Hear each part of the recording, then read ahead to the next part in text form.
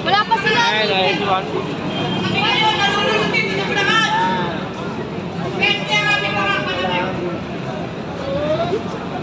Parang nagawa ang gobyerno kung hindi manuri lamang.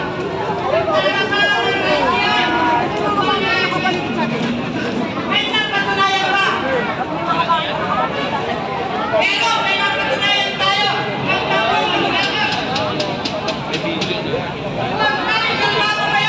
Siyempre, kapag the usual sa unang report, Ngayon na siguro ang panahon para makawala tayo ng kaligtasan ng kahirapan. Paglaban natin ang tunay na impormasyon. Sakasan, panlihiman at pasitang US, Marcos. Kapagatiyan ng hari ng korupsyon. Hindi na lang kalulong sa kahirapan. Hindi ka kumakasakot. Huling magsasaka. Bago na ikwesa. Bago na ikwesa. Tunay na reforma sa lupa. Ipaglaban. Tunay na reforma sa lupa. Ngayon naman po, pakinggan natin ang isang mensahe mula sa Presidente ng Koalisyong Makabayan, si kasamang Liza Masa.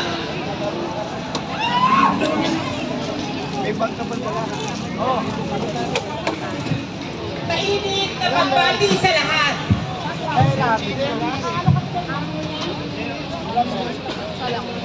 Mainit na pagbati sa lahat.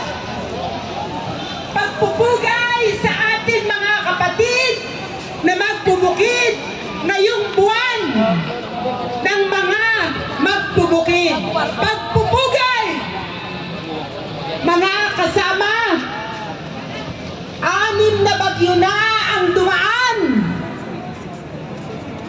Ilang buwan na tayong inuulan at binabaha. Pero, meron namang nanagot sa mga pahirap sa atin. Meron namang kinulong. Mga kasama, listulang nagririgudon ang mga nasa Kongreso, Senado at Malacanang para tayong araw-araw na nanonood ng telenovela. Meron pang mga umiiyak. Hindi mo alam kung ikaw ba ay nanonood ng drama o comedy. sinubukan ni Mike sa 43. No? Para tayo patahimikin, naghain sila ng Investigative Commission for Infrastructure Projects para pagtakpan kung ano ang tunay na nangyayari. Sapagkat hanggang ngayon, meron bang may alam sa atin kung ano ang nangyayari sa ICI? Ang alam natin dahil nauna ng media ang litrato nang pumasok ang isang opisyal ng US Embassy. Aba, nakikialam pa yata sa kung ano ang magiging resulta ng investigasyon. Papayag ba tayo? Maganda yung nandun na yun. Bukas na bukas sila sa mga merkado. Pero sa atin, nakatiklop, nakasarado ang pintuan. Ang masahol pa, natin nakita ang kaliwanagan sa mga investigasyon na ito. Sapagkat nananatihan bilyong piso ang kanyang inilaan. Sa ilalim niya, sinimulan ni Duterte, pero mas lalo pang pinalobo sa ilalim ni Marcos Jr. Si Marcos Jr.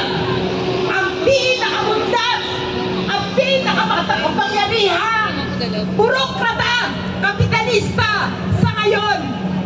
Hindi pa naaalis ang burokrata kapitalista na ito. Kaya sa ngayon, patuloy tayong lumalaban. Patuloy nating igigiit ang katarungan at ang pagwawakas ng sistema na kung saan namamayani ang korupsyon. Maaasahan pa natin ang porsigido nating mga pagkilos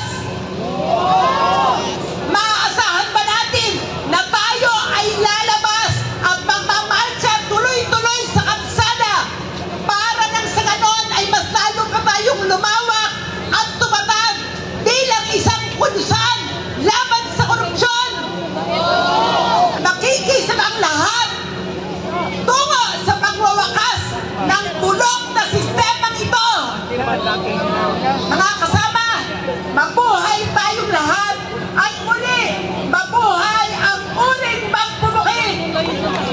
Lahat ng sangkot! Dapat managot!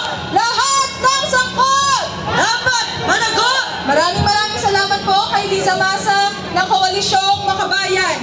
At upang pong buuhin natin ang ating panawagan, meron po kami ituturo sa inyong chant. Tama ay ating wakasan na. Subukan po natin yung isang linya na yan. Bulok na sistema! Ating wakasan na! Ayan. At ang susunod naman po, nang makapangyari ang bayan at masa. Kapag po sinabi nang makapangyari, ang sagot po natin ay ang bayan at masa. Nang makapangyari Ang bayan at masa! at upang buuhin po ito, bulok na sistema! Ating wakasan na! Nang makapangyari! Ang bayan at masa! Yan. Hiling ng mamamayan ay ang katotohanan, partner. Di ba mga kasama? Hindi whitewashing, hindi pagmamaniobra, at hindi pagtatakip ng mga opisyal ng gobyerno. Bakit? Sa atin ba napupunta ang pondo ng taong bayan? Hindi. Kaya dapat mapunta sa kapakinabangan ng mamamayan at hindi sa bulsa ng ilang may kapangyarihan ang budget ng gobyerno. Kaya